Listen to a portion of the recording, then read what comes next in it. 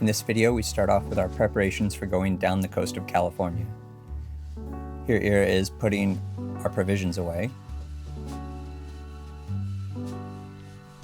I like to tape a knife onto the backstay, and as you'll see in a moment, I like to tape one onto the boom bang as well, just in case we have to cut any lines quickly.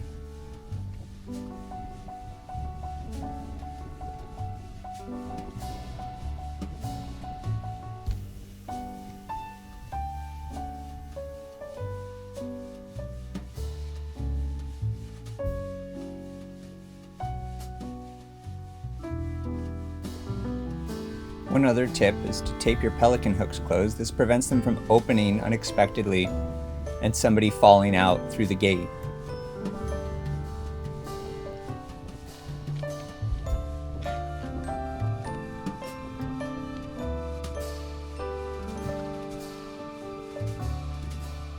Before leaving the dock, we also like to run jack lines on each side of the boat. I like to use yellow Vectran. I like the yellow color just like the webbing that they usually recommend because it shows up easily when wearing a red headlamp. We like to tie our 6-person life raft to the stern push pit of the boat and the red inflation line to one of the stanchions nearby. We also like to make sure that we can still open the hatch next to the bag so that we're able to access the steering quadrant easily if we need to. And the last step, a little bit of fun preparation, I like to run the spinnaker sheets while we're still at the dock so that if we want to, we're ready to set a kite while going down the coast.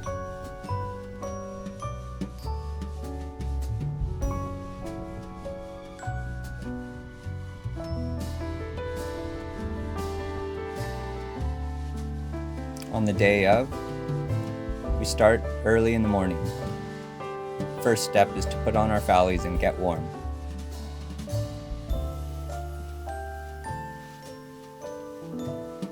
Next step, check the engine oil.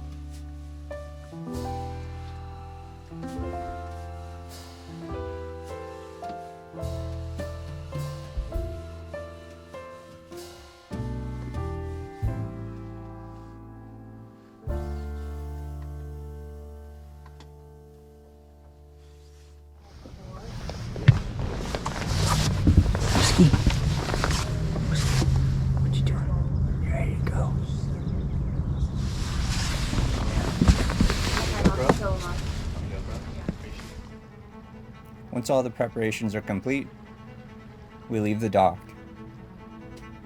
That's Scott up at the front. He's a friend that joined us for this trip south.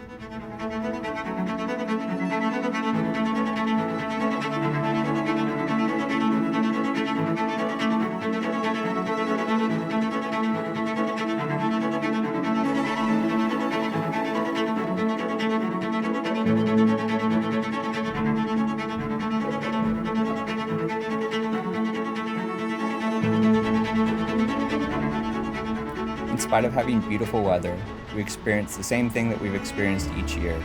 While riding an outgoing tide, the incoming swell piles up, gets confused, and here at least we don't have 25 knots like we did the first time we went down the coast. But we still had a very bumpy ride out the gate. You can truly tell how bumpy it is by Scott's death grip on the companionway hatch.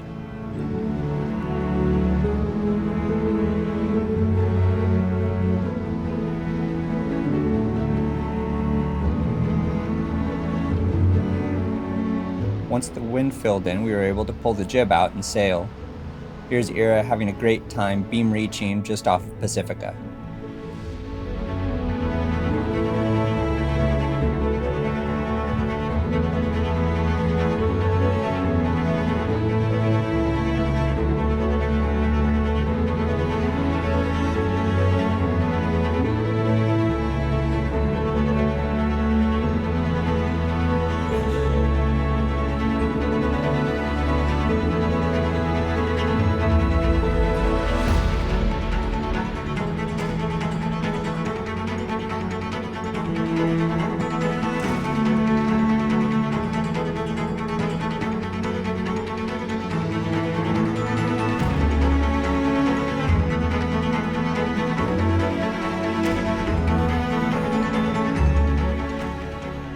We got a little experimental, decided to wing the jib out to one side, get us going really fast, but this put us going offshore a little bit too far.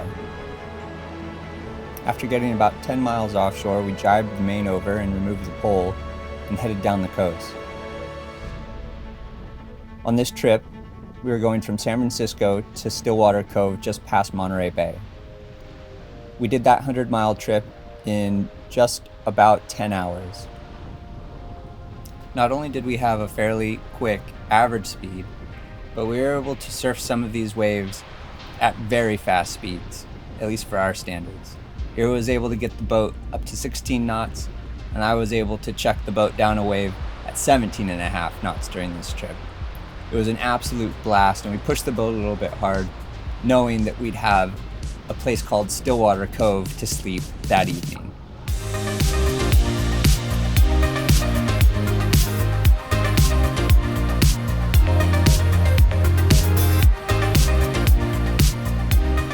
As we got closer to Santa Cruz, the wind shifted around and we had to throw in a jibe.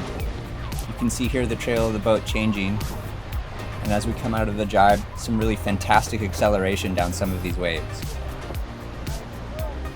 It was a really fun contrast to go down the coast in these conditions, where just 6 months earlier, we had beat ourselves up going up the coast in these same kind of conditions.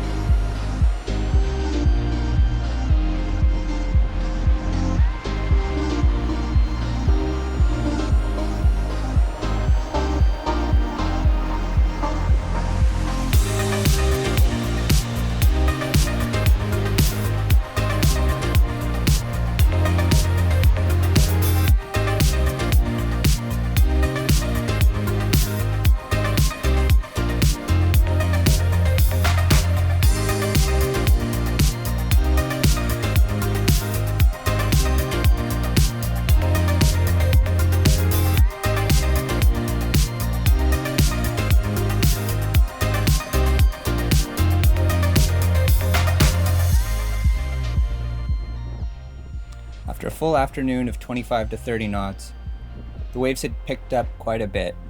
I'm going to say the cliche thing that everybody says here, which is the camera doesn't do this justice.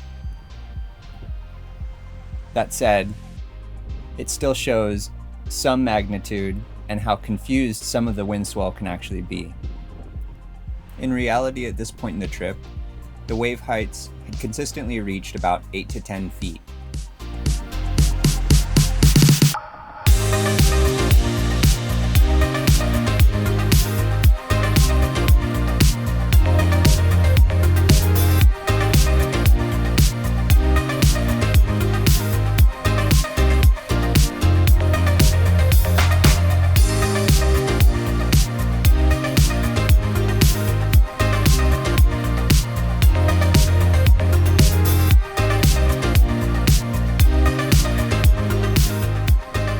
Crossing the Monterey Bay, the wind shifted further out of the west, putting us on slightly more of a broad reach. With that, we put in a second reef into the main, and we were still flying a full 100% jib. The boat, as you can tell, loved it. We were still ticking away fantastic speeds all the way to Stillwater Cove.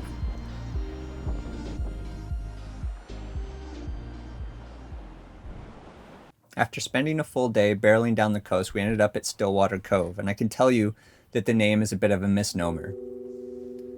While there are moorings on the inside of the cove, in a space that seems to be very still, unfortunately, the moorings are at this point deemed to be unfit or unsafe due to winter storms over the prior winter.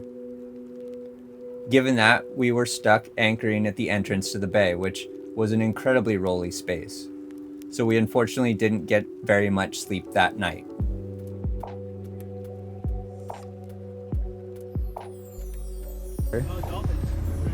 Really? Yeah. Oh, cool. Nice.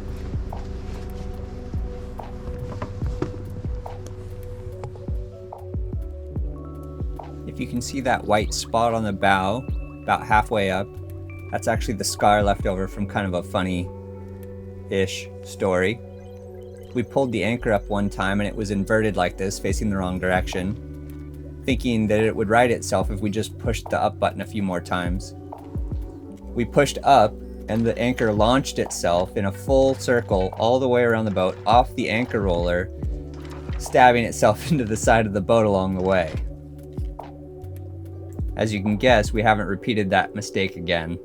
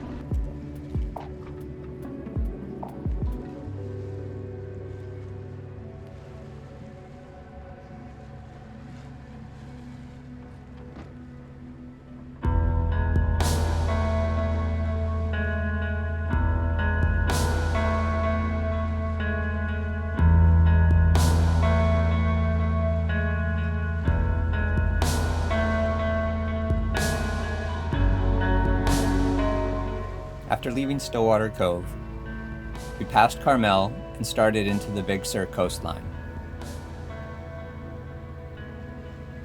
Point Sur is actually one of the more aggressive locations along the coast. I think it's actually far more aggressive than Point Conception is. The reason for that is because you're advised to stay at least 2 miles offshore due to shifting sandbars inside of that line. This means that on a very windy, rough day, especially going up the coast, you have to expose yourself that much more to all of that wind and all those waves before tucking back into the other side of the point. On this day, I was thankful we were going downwind and on an incredibly calm, beautiful day.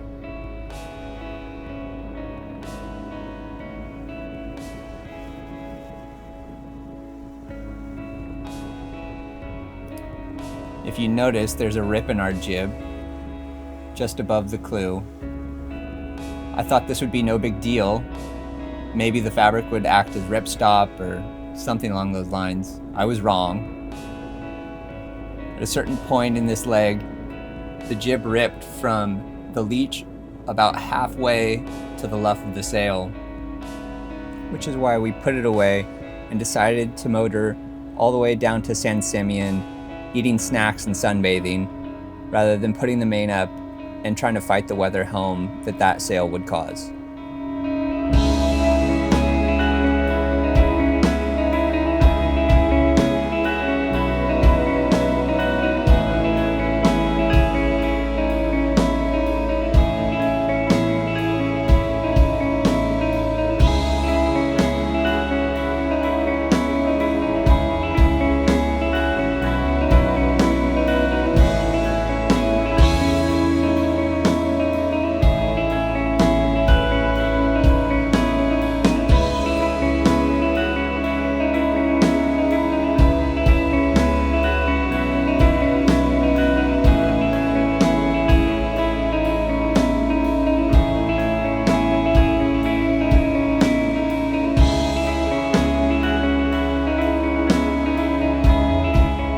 Much of the trip down the coast is spent relaxing, laying in the sun, eating, talking, throwing up, eating some more, talking some more. Given the fact that those are the standard activities, I'm really happy that we were able to have someone as wonderful as Scott come down the coast with us. This has become the cat's favorite place while we're motoring. He likes to chuck himself inside of a pillowcase. He is wondering, are we there yet? On this day, our destination would be San Simeon. I've spoken in past videos about what a beautiful place this is, and it did not disappoint this time either. There's Hearst Winery on shore and Hearst Castle up on the hill.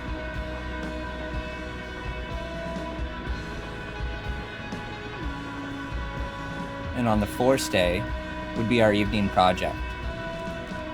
To drop the ripped jib and put up what we call our SoCal jib, which is a 145% Genoa.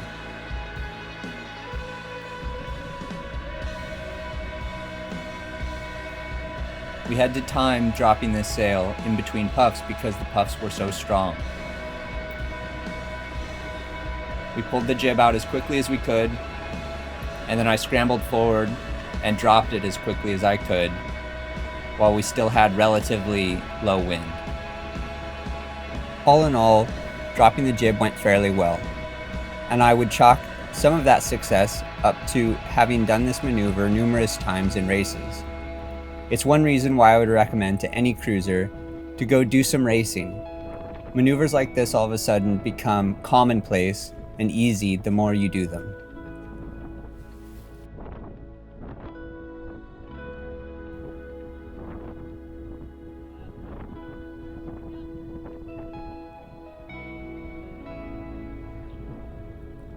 Once we had it down and organized, we waited for the wind to calm down and eventually pulled out all the battens and folded it on deck. This is one of the things that I love about having a large, wide open foredeck, is that you can actually fold a sail up there relatively comfortably.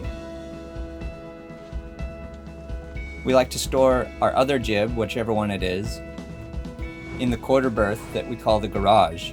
We've taken all the cushions out of this area, and we're able to store sails underneath what would be otherwise a bunk.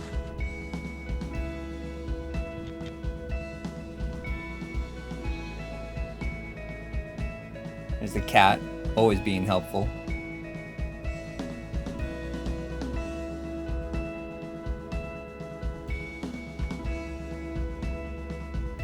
One of the things that I didn't think about in moving from a Catalina 30 to a larger boat was how much heavier all the sails would be.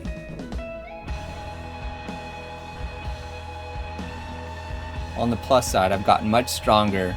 I'm now able to move these sails around much easier on my own.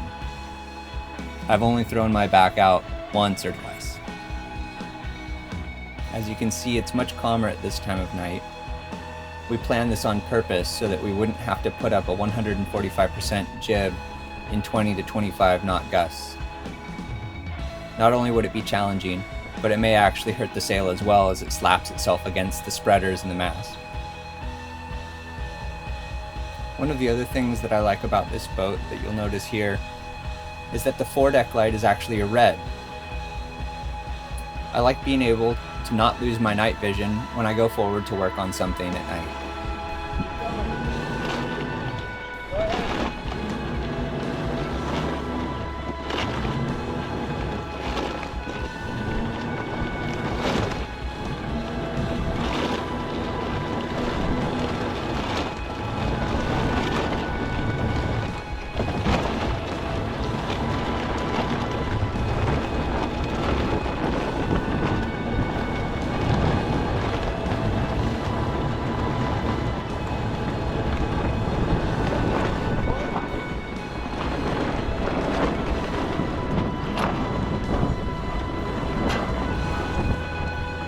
After rolling the new jib on and having some dinner, we left San Simeon around 9 p.m.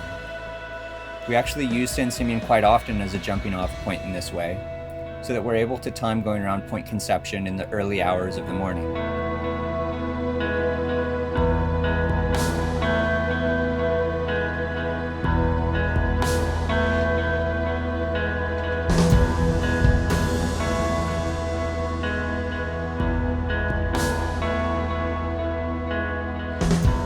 By about 6:30 or 7 a.m. we had reached Point Arguello, and we were eventually able to pull the jib out and sail our way to Point Conception in the distance. Notice that at Point Conception the clouds end and you can tell there's beautiful sunshine just on the other side of the point.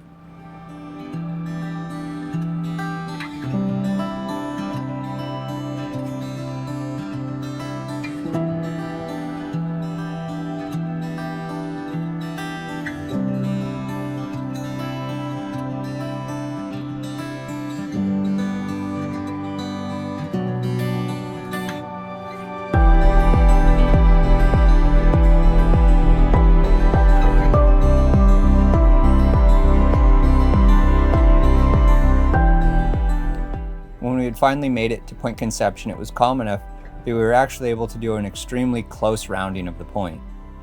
Notice how much closer we were able to get here as opposed to at Point Sur, where we had to remain fairly far offshore.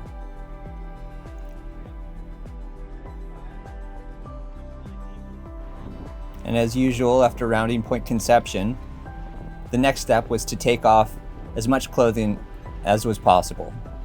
Here I am finally in shorts. I don't know what the rest of these people on board are doing, still entirely stacked with offshore gear. We had a beautiful run from Point Conception all the way to Santa Barbara. Some of it, we were able to fly the spinnaker. For the third year in a row now, the Santa Barbara Channel is consistently the most enjoyable place to sail. There's usually plenty of wind, relatively calm water, and tons of sea life all around you. On this portion of the trip, we were able, while flying the spinnaker, to keep the boat surfing down swell at the low to mid-teens. It was an absolute blast.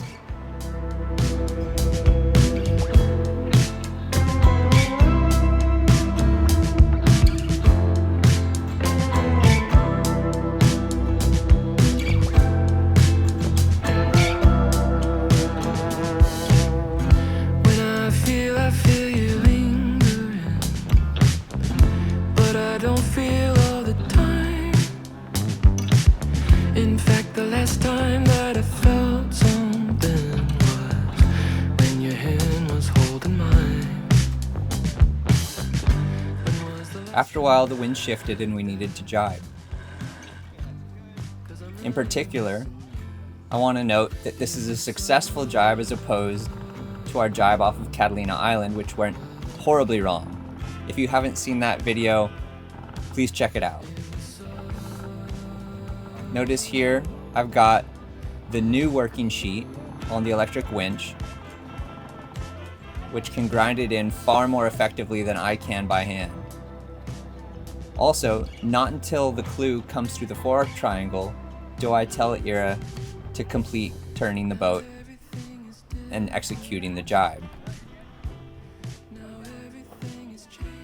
With that, Ira had come up on the other side, filled the spinnaker, and we had a successful jibe.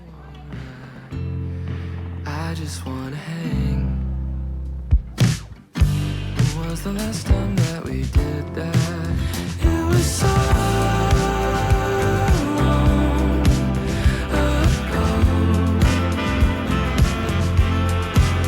It was so long ago.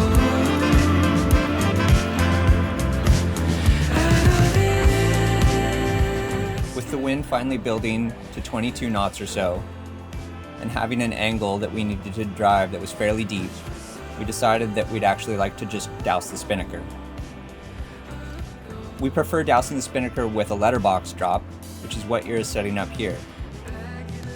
To perform a letterbox drop, you run the lazy spinnaker sheet, or if your spinnaker has a tagline, you run that through the gap between the boom and the main. After that, it goes down to a snatch block at the stanchion base, or at whatever correct angle it would be to pull the spinnaker through the gap between the main and the boom. And eventually you take that line to a winch. By doing this, you're able to crank the clew of the spinnaker into the gap between the main and the boom. This shields the spinnaker and empties it, as well as sucks the spinnaker in behind the backside of the main. This is one of the safest methods of dropping a spinnaker, and it's what we prefer rather than a torsion rod furler or a sock. We've seen torsion rod furlers go sideways numerous occasions, and socks are more consistently safe, but still do malfunction from time to time. One of the things that we know is that letterbox drops generally go fairly well once you've practiced them, but it is a skill that you have to learn. As you can tell from this, we don't have it down perfectly, but we're getting better at it, and we think that once we're good at it, it's one of the safest ways to drop a spinnaker. Even if we were to have a sock or a torsion rod in the future, Knowing this skill is incredibly helpful just in case one of those systems do in fact malfunction.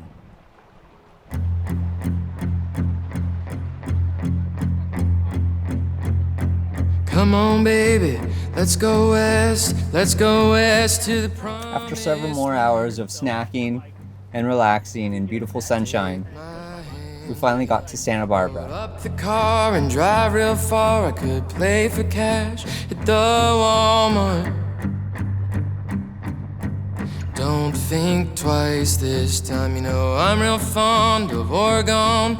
It would rain outside while I write my songs. It don't rain enough around here, and you know it don't.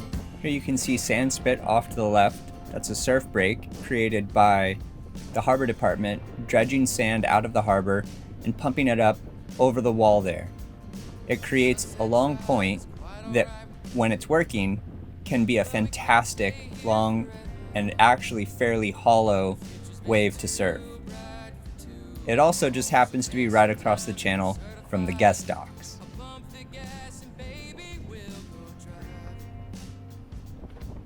After our several-day trip down the coast of Central California, we were excited to pull into Santa Barbara, get some hot showers, some wonderful food at the Santa Barbara Yacht Club, and enjoy some of the local festivities like the Summer Solstice Festival. Here we are refolding our ripped jib. This is so that we can more easily fit it into the bag and then fit it into a car to take it off to a sail loft. Sail loft unfortunately let us know that while they could put a patch on the tear, it was such a large tear that it might last for months, or the repair might last for several hours and just reopen again in heavy weather.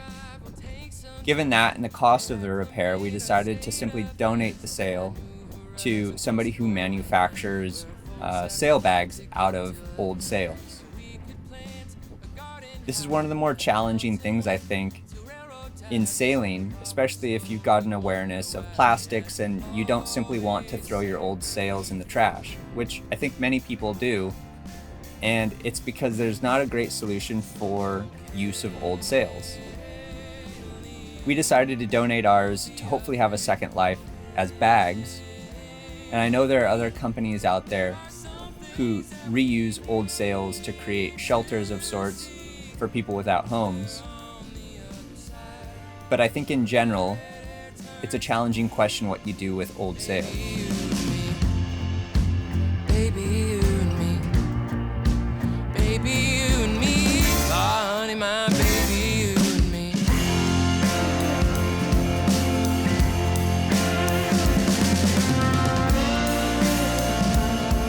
After a much more tightly rolled jib and a few high fives for celebration, we enjoyed several days in beautiful Santa Barbara.